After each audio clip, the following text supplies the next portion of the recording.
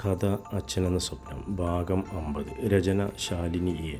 പറയേണ്ടതെല്ലാം പലവട്ടം മനസ്സിൽ പറഞ്ഞതിന് ശേഷമാണ് ദേവദത്തൻ അച്ഛനെ വിളിക്കാനായി ഫോൺ കയ്യിലെടുത്തത്.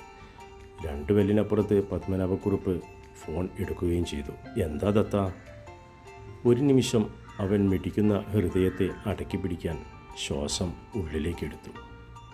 അച്ഛാ, നമുക്കീ ബന്ധം വേണോ? സ്വരത്തിലെ വിറയൽ അച്ഛൻ അറിയാതിരിക്കാൻ അവൻ പരമാവധി ശ്രദ്ധിച്ചു.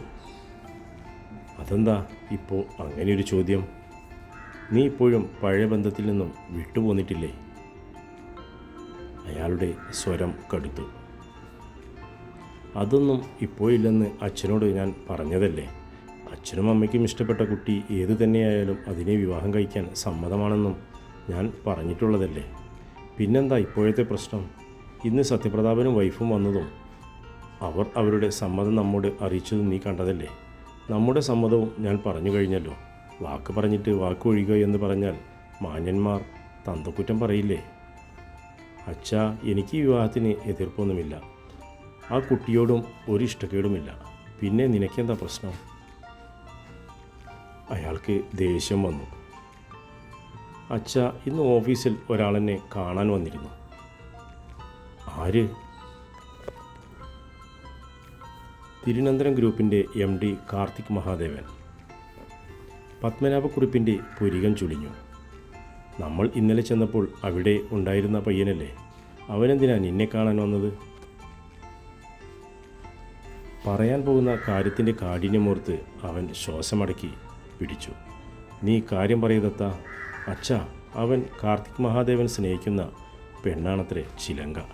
അവനവളെ അത്രയും ഇഷ്ടമാണെന്നാണ് പറയുന്നത്. കല്യാണക്കാര്യവുമായി ഞാൻ മുന്നോട്ട് പോവുകയാണെങ്കിൽ എന്നെ കൊല്ലും എന്നുവരെ ഭീഷണിപ്പെടുത്തി. ഈ ബന്ധം വേണ്ടച്ചാ നമുക്ക്. വേറെ ഏത് പെണ്ണിനെ വേണേലും അച്ഛനും അമ്മയും കാണിച്ചു തന്നോ. കെട്ടാൻ ഞാൻ തയ്യാറാണ്. സത്യമായിട്ടും എനിക്ക് അയാളെ കാണുമ്പോൾ പേടി തോന്നുന്നു അച്ഛാ.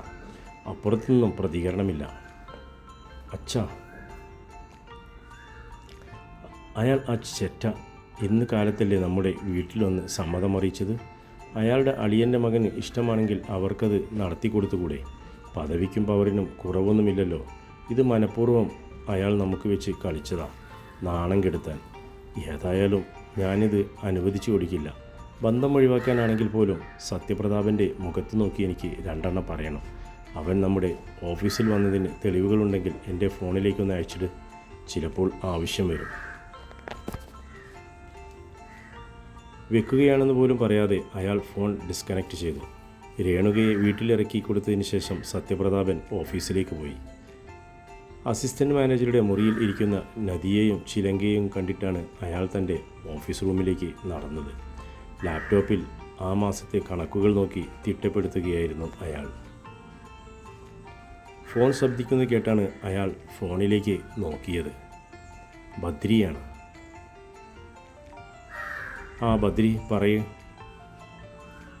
അച്ഛനും അമ്മയും പോയിട്ടെന്തായി? അതൊന്നും കുഴപ്പമില്ലടാ, നല്ല കാര്യമാണ്. വീടൊക്കെ വലിയ കൊട്ടാരം പോലെയുണ്ട്. എല്ലാ സ്വത്തിനും ദത്തൻ മാത്രമല്ലേ അവകാശി.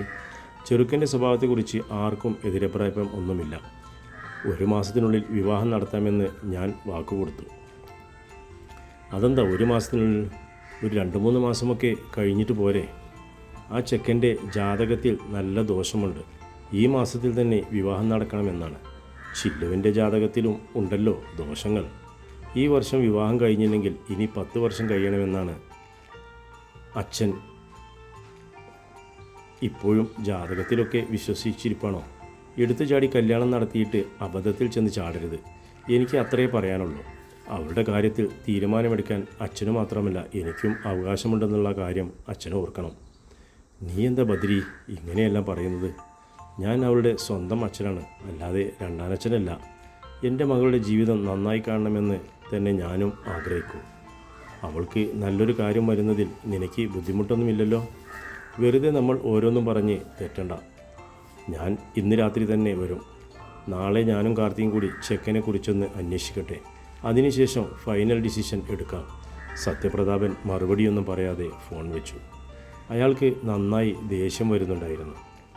നല്ലൊരു കാര്യം വാതിൽക്കൽ വന്ന് മുട്ടി നിൽക്കുമ്പോഴാണ് അതിനെ കാലുകൊണ്ട് തൊഴിച്ചെറിയാൻ പറ്റുമോ? അയാൾ ചിന്തിച്ചത് അതാണ്.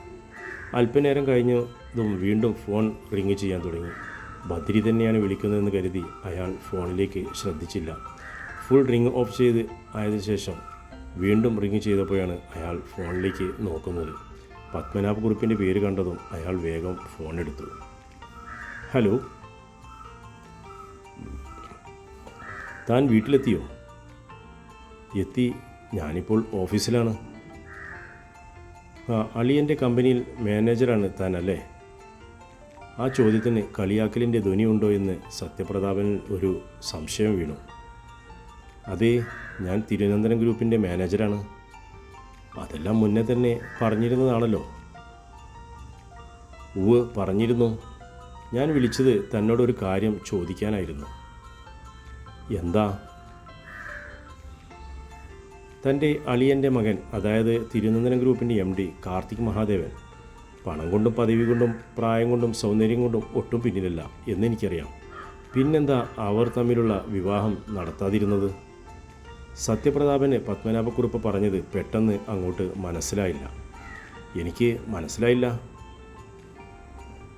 ഞാൻ പറഞ്ഞതിൽ മനസ്സിലാവാതിരിക്കാൻ മാത്രം എന്താണുള്ളത്?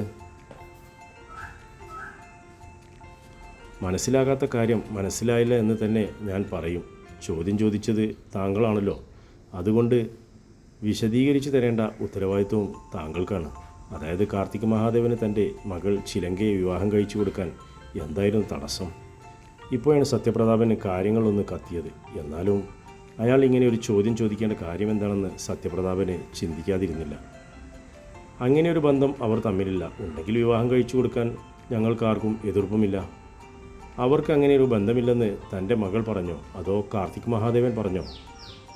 താങ്കൾക്കിപ്പോൾ എന്താണ് വേണ്ടത്? താങ്കൾക്ക് എൻ്റെ കുടുംബത്തിൽ നിന്നും ബന്ധമെടുക്കുന്നത് ഇഷ്ടമില്ലെങ്കിൽ അത് പറയൂ. എൻ്റെ മകളെ ആർക്ക് കൊടുക്കണം ആർക്ക് കൊടുക്കണ്ട എന്ന് തീരുമാനിക്കുന്നത് ഞാനാണ്.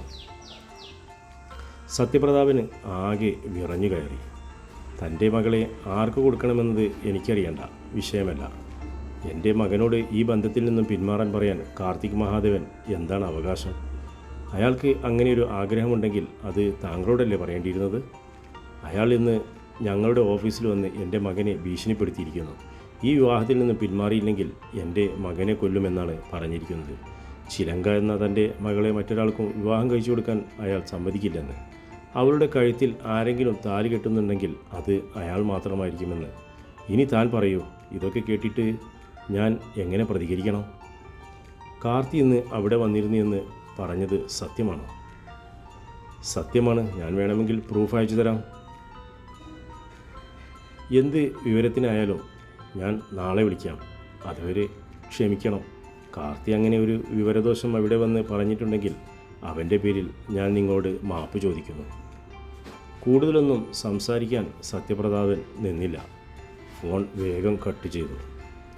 ഒരു വലിയ ബോംബ് പൊട്ടിയതുപോലെയാണ് അയാൾക്ക് തോന്നിയത്. കാർത്തിയും തൻ്റെ മകളും ചേർന്ന് തന്നെ പറ്റിക്കുകയായിരുന്നു. അങ്ങനെ ഒരു ചിന്ത രണ്ടുപേർക്കും ഉണ്ടായിരുന്നു എങ്കിൽ തുറന്ന് പറയാമായിരുന്നില്ലേ? മഹിയോടുള്ള ദേഷ്യം താൻ ഒരിക്കലും കാർത്തിയോട് കാണിച്ചിട്ടില്ലല്ലോ. അവനെയൊന്നും ബദരിയെപ്പോലെ തന്നെയല്ലേ കണ്ടിട്ടുള്ളൂ. ഇത്രയും വഴി പോയി ആ ചെക്കനെ ഭീഷണിപ്പെടുത്തണമായിരുന്നു. അയാൾ ചിന്തിച്ചിരുന്ന സമയത്ത് ഫോണിൽ നോട്ടിഫിക്കേഷൻ ശബ്ദം കേട്ടു.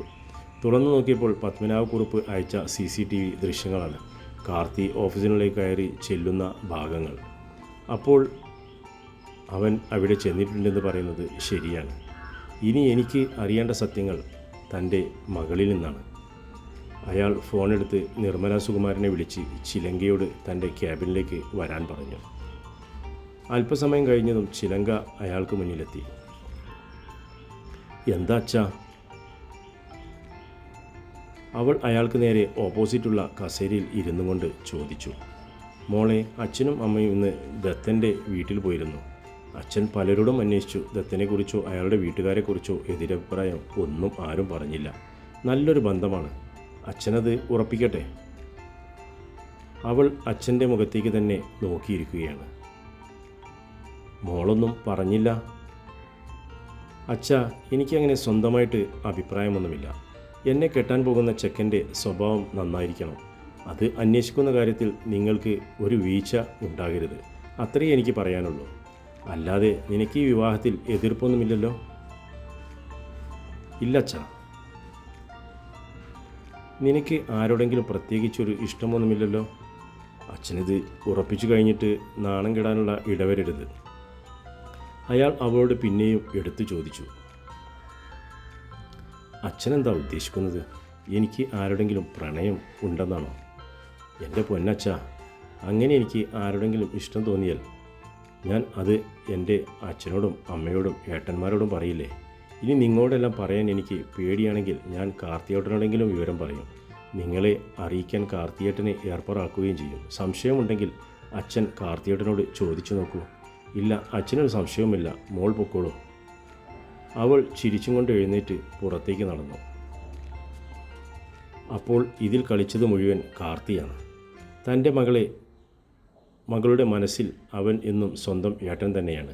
അവനാണ് തെറ്റായി കണ്ടതല്ലെങ്കിൽ അവൻ്റെ മനസ്സിൽ മറ്റെന്തെങ്കിലും ഗൂഢലക്ഷ്യമുണ്ടായിരിക്കും. നാളെ 10 മണിക്ക് മുൻപായി താനൊരു അന്തിമ തീരുമാനമെടുക്കും. അത് പത്മനാഭക്കുറിപ്പിനെ അറിയിക്കുകയും ചെയ്യും. എന്തായാലും രാത്രി ബദ്രി വരട്ടെ, എന്നിട്ടൊരു തീരുമാനമെടുക്കാം. അസ്വസ്ഥമായ മനസ്സോടെ അയാൾ ലാപ്ടോപ്പ് അടച്ചു വെച്ചു. തുടരും കഥയുടെ അടുത്ത ഭാഗം നാളെ ഇതേ സമയം.